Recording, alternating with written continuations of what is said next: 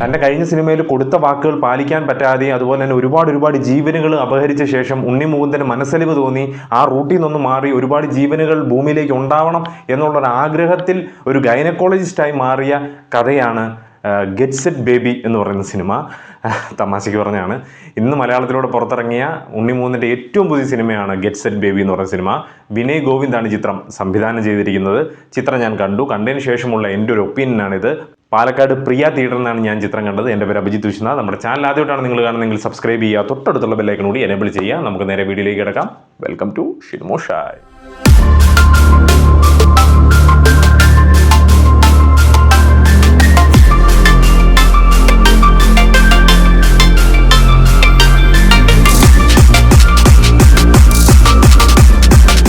Get set baby. Vinay ഗോവിന്ദാണ് ചിത്രം സംവിധാനം ചെയ്തിരിക്കുന്നത്. രാജേഷ് ആൻഡ് അനൂപ് രവീന്ദ്രനും കൂടിയാണ് ഇതിൻ്റെ രചന കൈകാര്യം ചെയ്തിരിക്കുന്നത്. സാം സീസ് ആണ് ഇതിൻ്റെ മ്യൂസിക് കൈകാര്യം ചെയ്തിരിക്കുന്നത്. ഉണ്ണി മുകുന്ദൻ, നിഖില വിമൽ, ജോണി ആൻ്റണി, ശ്യാം മോഹന്, അതുപോലെ തന്നെ ചെമ്പൻ വിനോദ് എന്നിവരൊക്കെയാണ് കേന്ദ്ര കഥാപാത്രങ്ങളായിട്ട് ഇതിൻ്റെ അകത്ത് വരുന്നത്.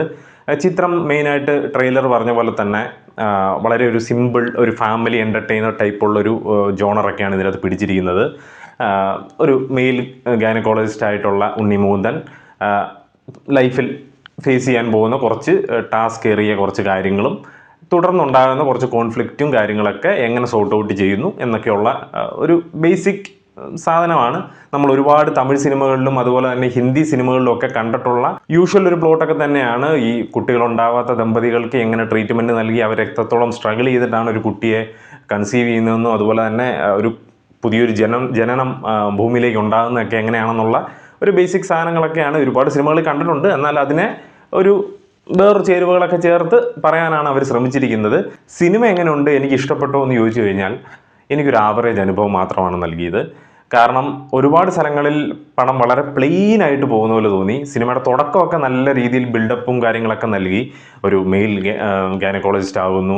അപ്പോൾ ആ മെയിൽ ആയതുകൊണ്ട് തന്നെ അതിൻ്റേതായ കുറച്ച് റെസ്ട്രിക്ഷൻസും കുറച്ച് പരിമിതികളും ഒക്കെ ഉണ്ട്. അപ്പോൾ അതെങ്ങനെ സോർട്ട് ഔട്ട് ചെയ്യുന്നു എന്നും അത് വളരെ രസകരമായ രീതിയിലൊക്കെ ഇവർ പ്രസൻറ്റ് ചെയ്യാൻ ശ്രമിച്ചിട്ടുണ്ട്. അതൊക്കെ നല്ല രീതിയിൽ ഹ്യൂമറൊക്കെ അത്യാവശ്യം വർക്കൗട്ടൊക്കെ ആയി പോവുകയും അതുപോലെ തന്നെ നിഖില വിമലിൻ്റെ ഒരു എൻട്രിയോട് കൂടി അതിൻ്റെ ഒരു ലവ് ട്രാക്കിൻ്റെ ഒരു കെമിസ്ട്രിയൊക്കെ നല്ല രീതിയിൽ വർക്കൗട്ട് ആവുകയും തുടർന്ന് ഒരു കോൺഫ്ലിക്റ്റിലേക്കൊക്കെ ഇത് കടക്കുന്നത് വരെ വളരെ എൻഗേജിങ് ആയ ഒരു ഇൻ്റർവൽ പോർഷൻ വരെ അത്യാവശ്യം കുഴപ്പമില്ലാത്ത രീതിയിൽ പോയി. പക്ഷേ ഇൻ്റർവലിന് ശേഷം എന്തായിരിക്കും സംഭവിക്കാൻ പോവാന്ന് നമുക്ക് ഗസ് അടിക്കാൻ പറ്റുന്നുണ്ട്. ഏതാണ്ട് അതേ റൂട്ടിൽ തന്നെയാണ് സിനിമ പോയതും. വലിയൊരു മെസ്സേജോ അല്ലെങ്കിൽ ഒരു സ്ട്രോങ് ആയിട്ടുള്ളൊരു കണ്ടൻ്റാണ് കൈ കിട്ടിയത്. പക്ഷെ അതിനെ അത്ര സ്ട്രോങ് ആയ രീതിയിൽ ഇവർക്ക് കൺവേ ചെയ്ത് അല്ലെങ്കിൽ വേറെ ഒരു കാര്യം പറഞ്ഞ് ഫലിപ്പിക്കാൻ ഇവർക്ക് സാധിക്കാതെ പോയ പോലും എനിക്കൊരു ഒരു ഫീല് തോന്നി. അതുപോലെ തന്നെ ഇതിൻ്റെ ഒരു ബാക്ക്ഗ്രൗണ്ട് സ്കോറ്, പാട്ടുകൾ, ഇതൊന്നും എനിക്ക് തീരെ തന്നെ വർക്കൗട്ടായില്ല. ആ ഒരു ഫീല് നൽകാത്തൊരു എവിടേക്കോ ഫീല് മിസ്സാകുന്ന പോലെ തോന്നി. സാം സിയസിൻ്റെ മ്യൂസിക് എനിക്കെന്തോ ഒരു മിസ്മാച്ച് പോലെ ഇതിനകത്ത് പലയിടത്തും ഫീൽ ചെയ്തു.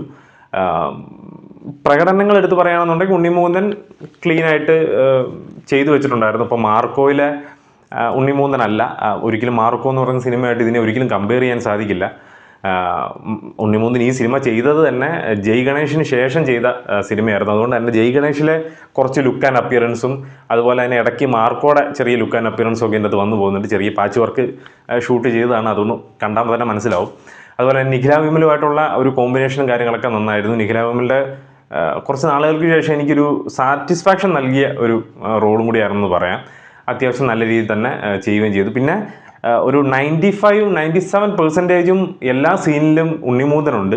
ബാക്കി എല്ലാവരും വന്നും പോയി നിൽക്കുന്നവരാണ്. അപ്പോൾ ഉണ്ണി മുകുന്ദനാണ് ശരിക്കും പറഞ്ഞാൽ സ്കോർ ചെയ്തുകൊണ്ടിരിക്കുന്നത്. എന്തെങ്കിലും ഒരു കുറച്ചും കൂടി കണ്ടന്റ് ഉണ്ടായിരുന്നെങ്കിൽ ഒരു ഫാമിലി പോയി നിർബന്ധമായിട്ട് കണ്ടിരിക്കേണ്ട ഒരു സിനിമ എന്നൊക്കെ ഞാൻ പറഞ്ഞേനെ.